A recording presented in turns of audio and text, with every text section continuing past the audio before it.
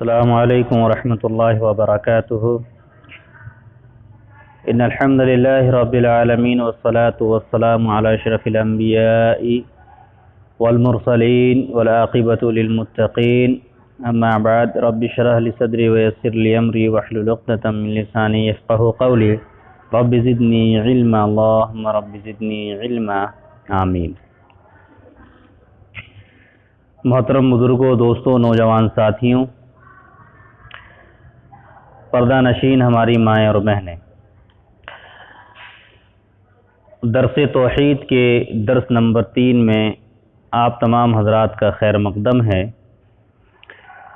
کل کے درس میں بہت ساری باتیں عقیدہ توحید کے تعلق سے جانی اور سمجھی ہم نے کہ عقیدہ توحید کس کو کہتے ہیں، اس کا معنی مفہوم کیا ہے، اور عقیدہ توحید کو کتنی چیزیں، کتنی باتیں شامل ہیں۔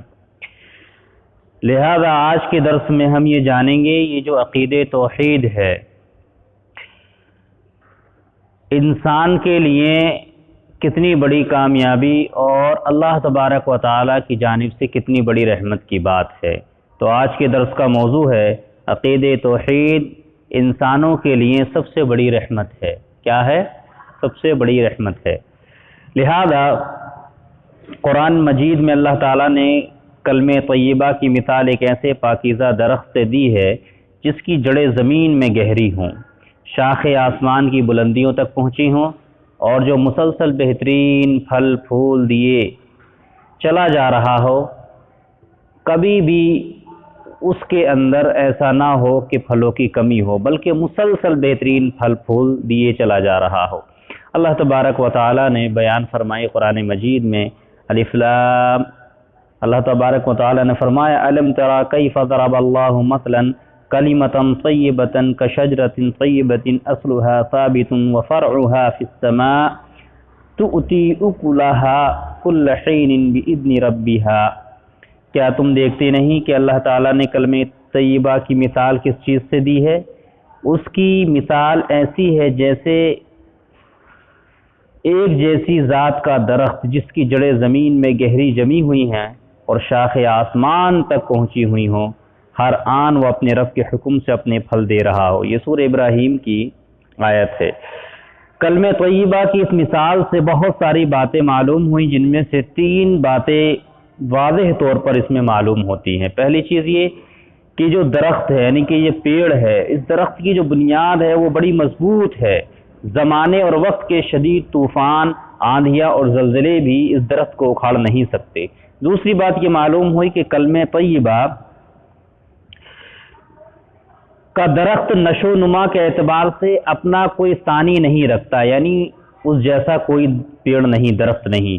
جو کلمہ طیبہ ہے، کلمہ طیبہ لا الہ الا اللہ، ہاں، ایک ایسی عالمگیر سچائی ہے جسے کائنات کے ذرے ذرے کی تائید حاصل ہوتی ہے، اس کے راستے میں کوئی رکاوٹ پیش نہیں آتی، لہذا اور وہ اپنی طبعی نشو و نما میں آسمان تک پہنچ جاتا ہے۔ یہی بات رسول اکرم صلی اللہ علیہ وسلم نے ایک حدیث میں اس طرح واضح فرمائی کہ جب انسان سچے دل سے لا الہ الا اللہ کا اقرار کرتا ہے تو اس کے لیے آسمان کے دروازے کھول دیے جاتے ہیں، یہاں تک کہ وہ عرش الہی کی طرف بڑھتا رہتا ہے، بشرطے کہ کبیرہ گناہوں سے وہ بچا رہے۔ یہ حدیث امام ترمذی رحمہ اللہ نے اپنی سنن جامع ترمذی میں نقل فرمائی ہے۔ تیسری بات جو معلوم ہوئی وہ یہ ہے کہ کلمہ طیبہ کا درخت اپنے ثمرات یعنی کہ پھل اور نتائج یعنی کہ رزلٹ کے اعتبار سے اس قدر بابرکت اور کثیر الفوائد یعنی بہت زیادہ فائدے والا ہے کہ اس پر کبھی خزاں نہیں آتی۔ خزاں کہتے ہیں پتجھڑ کو، پتجھڑ کے موسم کو۔ اس کے فیض کا سلسلہ کبھی منقطع نہیں ہوتا، بلکہ جس زمین، یعنی زمین سے مراد دل، یعنی جس دل میں وہ جڑ پکڑتا ہے اسے ہر زمانے میں بہترین ثمرات یعنی کہ پھل سے فیضیاب کرتا رہتا ہے۔ بلا شبہ کلمہ توحید اپنے اندر انسان کی انفرادی اور اجتماعی زندگی کے لیے بے پناہ ثمرات اور فوائد رکھتا ہے، اور یوں یہ عقیدہ بنی نوع انسان کے لیے اللہ تعالیٰ کی سب سے بڑی رحمت ہے۔ تو معلوم یہ ہوا کہ کلمہ توحید جو ہے اس کی جو جڑیں ہیں وہ دیگر درختوں کے مقابلے میں زیادہ مضبوط ہے انسان کے دل میں۔ اسی طریقے سے اس کی انفرادی اجتماعی زندگی کے جو بہت سارے ثمرات ہیں، فوائد ہیں، وہ ان تمام چیزوں کو سامنے رکھتے ہوئے عقید توحید ہی ایک ایسی چیز ہے جو اللہ تبارک و تعالیٰ کے لیے کی جانب سے انسانوں کے لیے بہت بڑی رحمت ہے۔ لہذا اب آئیے ہم جانتے ہیں کہ عقید توحید کی بعض برکتیں، یعنی عقید توحید کی کیا کیا برکتیں ہیں۔ تو پہلی برکت استقامت اور ثابت قدمی۔ استقامت کہتے ہیں انسان کا کسی چیز پر ڈٹ جانا، جم جانا۔ اگر عقید توحید آدمی کا مضبوط ہے تو وہ دین پر بھی مضبوطی سے ڈٹا رہے گا، جمع رہے گا۔ طاغوتی قوتوں کے مقابلے میں اہل ایمان کی استقامت، عزیمت اور ثابت قدمی کے بہت سارے واقعات جو ہے سیرت کی کتابوں میں، تاریخ میں ہیں۔ جس کے دل میں توحید نہیں ہوگی وہ لڑکھڑا جائے گا، ڈر جائے گا۔ جہاں دو لٹھ پڑے اور اس نے جو ہے کفریہ کلمات بکنا شروع کر دیے، لیکن اگر اس کا عقید توحید مضبوط ہے تو اس کو مار بھی دیا جائے، جلا بھی دیا جائے، کاٹ بھی دیا جائے، پھر بھی وہ اپنی زبان سے غلط کلمہ نہیں کہے گا۔ ایسے کہ اللہ کے رسول صلی اللہ علیہ وسلم نے فرمایا کہ وَإِنْ قُتِلْتَ وَإِنْ حُرِّقْتَ، کہ اگر تجھے جلا بھی دیا جائے، تیرے ٹکڑے ٹکڑے بھی کر دیے جائیں تو بھی تو شرک مت کرنا۔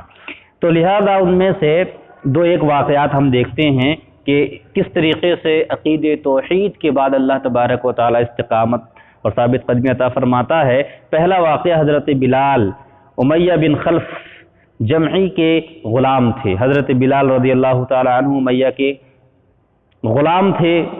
جب دوپہری کی گرمی شباب پر ہوتی تو مکہ کے پتھریلے کنکروں پر لٹا کر سینے پر بھاری پتھر رکھ کر کہا جاتا تھا کہ خدا کی قسم تو اسی طرح پڑا رہے یہاں تک کہ مر جائے یا محمد صلی اللہ علیہ وسلم کے ساتھ کفر کرے۔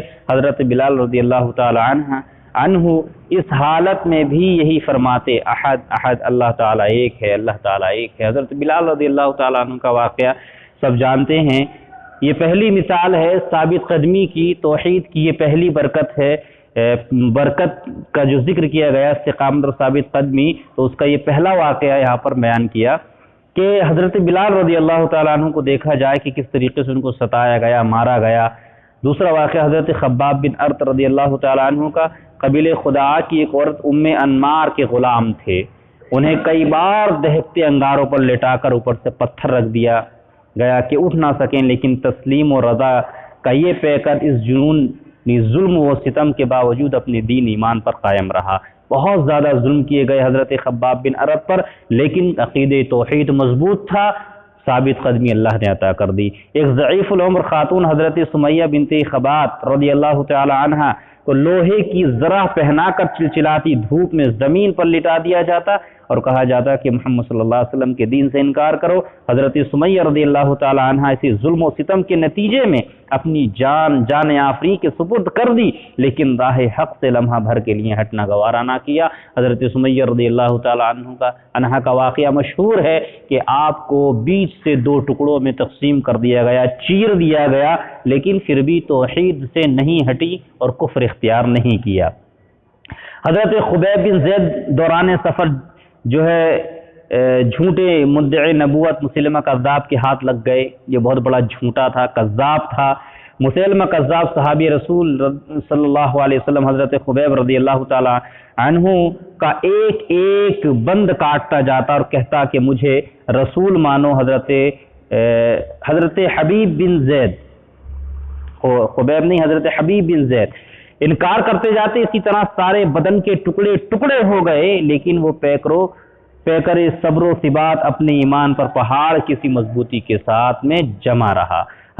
حضرت حبیب بن زید نے کبھی بھی یہ نہیں کہا کہ تم کو میں رسول مانتا ہوں۔ مسلمہ کذاب جھوٹا تھا، مدعی نبوت تھا، نبوت کا دعویٰ اس نے کیا تھا، کہا تھا مجھے رسول مانو، لیکن توحید عقید توحید مضبوط تھا۔ اللہ نے اس کی برکت سے ان کو بچا لیا، جسم ختم ہو گیا، جان چلی گئی، لیکن انہوں نے ایک جھوٹے آدمی کو رسول نہیں مانا۔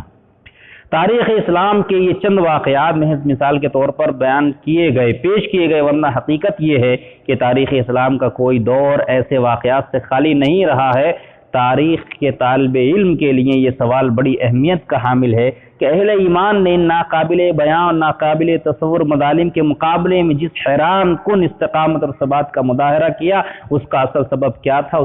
اس سوال کا جواب خود اللہ تعالیٰ نے قرآن مجید میں دیا ہے۔ سورہ ابراہیم میں کلمہ طیبہ کی تمثیل یعنی مثال بیان کرنے کے فوراً بعد ارشاد باری تعالیٰ ہے، اللہ تبارک و تعالیٰ نے فرمایا یثبت اللہ الذین آمنوا بالقول الثابت فی الحیات الدنیا وفی الآخرہ، کہ ایمان لانے والوں کو اللہ تعالیٰ ایک قول ثابت کلمہ طیبہ کی بنیاد پر دنیا اور آخرت دونوں جگہ ثبات عطا فرماتا ہے، یعنی مضبوطی عطا فرماتا ہے۔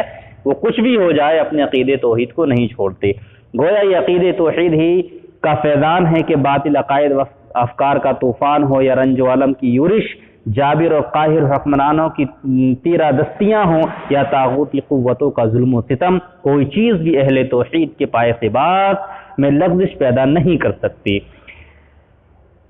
ابھی جو آیت کریمہ پڑھی گئی ہے اس میں دنیا کے ساتھ ساتھ آخرت میں بھی اہل توحید کو ثبات کی خوشخبری دی گئی۔ آخرت سے یہاں مراد قبر ہے، جیسا کہ بخاری شریف کی حدیث میں رسول اکرم صلی اللہ علیہ وسلم کا ارشاد مبارک ہے، جب مومن کو قبر میں بٹھایا جاتا ہے تو اس کے پاس سوال و جواب کے لیے فرشتہ بھیجا جاتا ہے، تب مومن لا الہ الا اللہ محمد رسول اللہ کی گواہی دیتا ہے۔ یہی مطلب ہے کہ اللہ کے فرمان کا یثبت اللہ الذین آمنوا بالقول الثابت، یہ اس کا مطلب ہے۔ گویا کہ قبر میں منکر نکیر کے سوالوں کے جواب میں ثبات بھی اسی عقیدے توحید کی برکت سے حاصل ہوگا۔ اگلی چیز جو ہے عزت نفس اور خودی، عزت نفس اور خودی کا تحفظ عقیدے توحید کے ذریعے سے ہوتا ہے۔ آئیے اس کو جلدی سے ہم دیکھ لیتے ہیں۔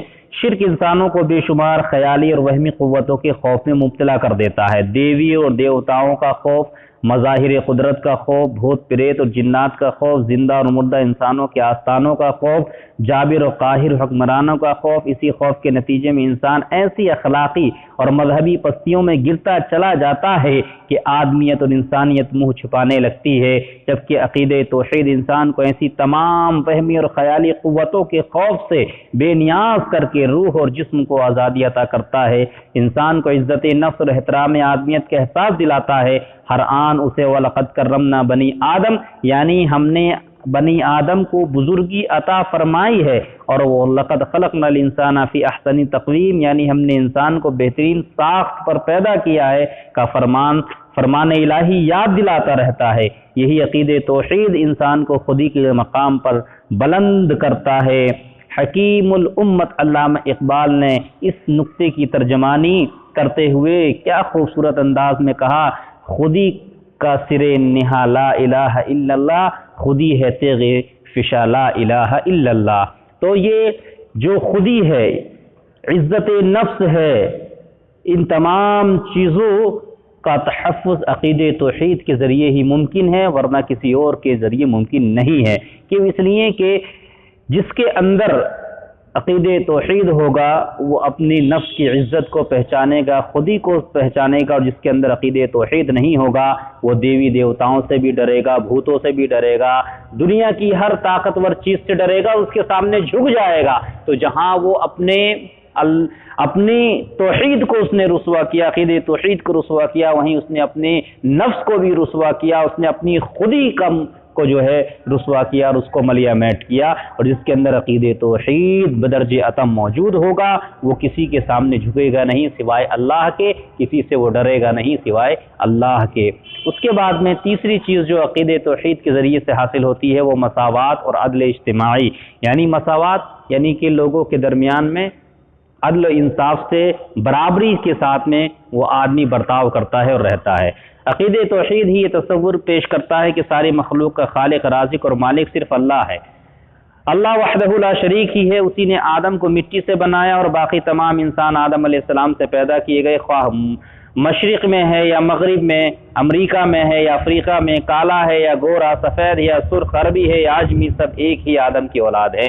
سب کے حقوق یکساں ہیں، سب کی عزت اور احترام یکساں ہیں، کوئی کسی کو اپنا محکوم نہ سمجھے، کوئی کسی کو اپنا غلام نہ بنائے، کوئی کسی پر ظلم اور زیادتی نہ کرے، کوئی کسی کو حقیر اور کمتر نہ جانے، کوئی کسی کا حق غصب نہ کرے، سارے خلقت ایک ہی درجے کے انسان ہیں، لہذا سارے انسان صرف ایک ہی معبود کے آگے جھکیں، صرف ایک ہی ذات کے حکم اور قانون کے آگے سر تسلیم خم کریں، صرف ایک ہی ہستی کے غلام اور بندے بن کر رہے۔ عقید توحید کی اس تعلیم نے اسلامی معاشرے میں ذات پات، غلامی، محکومی، ظلم اور استحصال، حقارت اور نفرت جیسی منفی اقدار کی بیخ کنی کر کے محبت، اخوت، خلوص، ہمدردی، امن و سلامتی اور مساوات، عدل اجتماعی جیسے اعلیٰ اقدار کو مسلم معاشرے میں جاری و ساری کر دیا۔ یہ عقید توحید ہی کی وجہ سے ہے کہ ذات، برادری، ساری چیزوں کو اللہ نے ختم کر دیا، اور جو اس عقید توحید پتہ یہ چلا کہ جو ان تمام چیزوں کو ماننے والا ہوگا اس کا عقید توحید کمزور ہے اور اس کا عقید توحید مضبوط نہیں ہے۔ جو ذات، برادری کو، گورے کالے کو،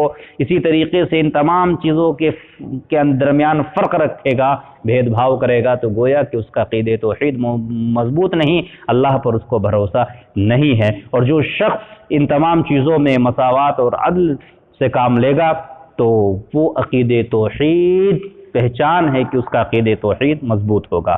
چوتھی چیز ہے روحانی سکون۔ آدمی کو سکون کی تلاش ہوتی ہے۔ ایک ہے جسمانی سکون، پانی پی لیا، کھانا کھا لیا، سو لیے، جسم کو وہ سکون مل گیا۔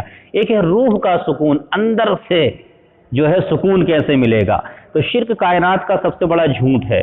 انسان کی ذات اور گرد و پیش میں موجود ہزاروں نہیں کروڑوں ایسی نشانیاں اور دلائل موجود ہیں جو شرک کی تردید کرتے ہیں۔ یہی وجہ ہے کہ مشرک کی نظریاتی اور عملی زندگی میں مشرق و مغرب کا تضاد پایا جاتا ہے۔ اس کی روح ہمیشہ اضطراب یعنی بے چین اور دل و دماغ انتشار کا شکار رہتے ہیں۔ وہ مسلسل شکوک و شبہات، بے یقینی اور ٹوٹ پھوٹ کی کیفیت سے دوچار رہتا ہے، جبکہ عقید توحید اس کائنات کی سب سے بڑی عالمگیر سچائی ہے۔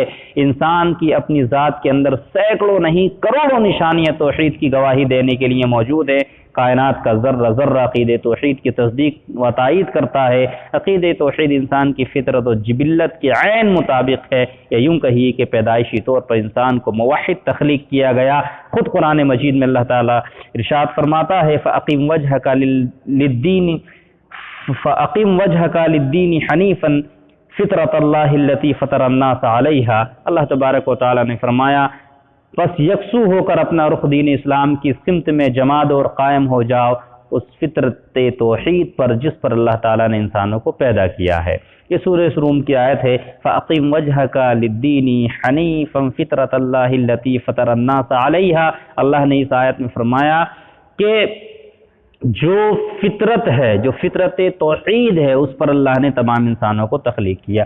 چنانچہ عقید توحید پر ایمان رکھنے والا شخص اپنی نظریاتی اور عملی زندگی میں کبھی تضاد اور شکوک و شبہات کا شکار نہیں ہوتا۔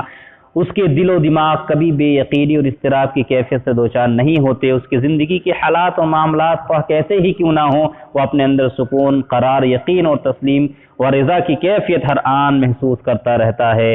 لہذا معاملہ یہ ہے کہ عقید توحید کی برکات اور ثبات اس قدر ہیں کہ ان کا شمار کرنا ممکن نہیں۔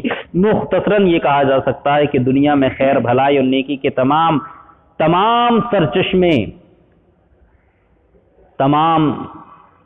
جو سرچشمے ہیں تمام اسی چشمے توحید سے پھوٹتے ہیں۔ اس طرح عقید توحید بنی نوع انسان پر اللہ تعالیٰ کا سب سے بڑا احسان اور نعمت غیر مترقبہ ہے، جس سے فیض یاب ہونے والے لوگ ہی دنیا اور آخرت میں کامیاب و کامران ہیں، اور محروم رہنے والے ناکام اور نامراد ہیں۔ لہذا عقید توحید کی کیا برکات، عقید توحید کس طریقے سے بندوں کے لیے اللہ کی سب سے بڑی رحمت ہے، اس کا ذکر و بیان کیا گیا۔ لہذا ہم یہ دیکھتے ہیں اور اپنے معاشرے میں غور کرتے ہیں کہ عقید توحید کے جو لوگ ماننے والے ہیں الحمدللہ وہاں پر سکون زیادہ دیکھنے کو ملے گا، اور جو عقید توحید کے حامل نہیں ہیں، جو بدعتی ہیں، مشرک ہیں، وہاں پر بے چینی کے عالم زیادہ ملیں گے۔ دنیاوی اعتبار سے لوگ کتنے بھی آگے کیوں نہ چلے جائیں، ترقی کیوں نہ کر لیں، لیکن جو روحانی سکون، اطمینان ہے وہ بھی ان کو حاصل نہیں ہوتا ہے۔ کہیں نہ کہیں وہ پریشان اور بے چین رہتے ہیں، کیوں؟ اس لیے کہ ان کے پاس میں عقید توحید نہیں ہے، اور جن لوگوں کے پاس میں عقید توحید ہے وہ دنیاوی اعتبار سے گرچہ کمزور ہیں، پستی کے اس میں ہوں، لیکن روحانی اعتبار سے، دلی اعتبار سے ان کے اندر سکون زیادہ پایا جائے گا، کیونکہ یہ توحید کی برکت ہے اور یہ عقید توحید کا ثمرہ ہے۔ اللہ تبارک و تعالیٰ سے دعا ہے کہ الہ العالمین تو ہم تمام مسلمانوں کو اپنے عقید توحید کو مضبوط کرنے کی توفیق عطا فرمائے۔ الہ العالمین تو ہمیں عقید توحید کے برکات اور ثمرات کو حاصل کرنے کی توفیق عطا فرمائے۔ الہ العالمین جو توحید کے برکات ہیں، عقید توحید کو اپنانے میں جو برکتیں ہیں، الہ العالمین وہ تو ہمیں عطا فرما۔ الہ العالمین تو ہمیں روحانی سکون اطمینان عطا فرما، جب تک دنیا میں زندہ رکھ ایمان اور توحید پر زندہ رکھ، جب موت آئے تو ایمان اور توحید پر موت آئے۔ آمین یا رب العالمین۔ ربنا تقبل منا انک انت السمیع العلیم وتب علینا انک انت التواب الرحیم، وصلی اللہ علی النبی، والسلام علیکم ورحمۃ اللہ وبرکاتہ۔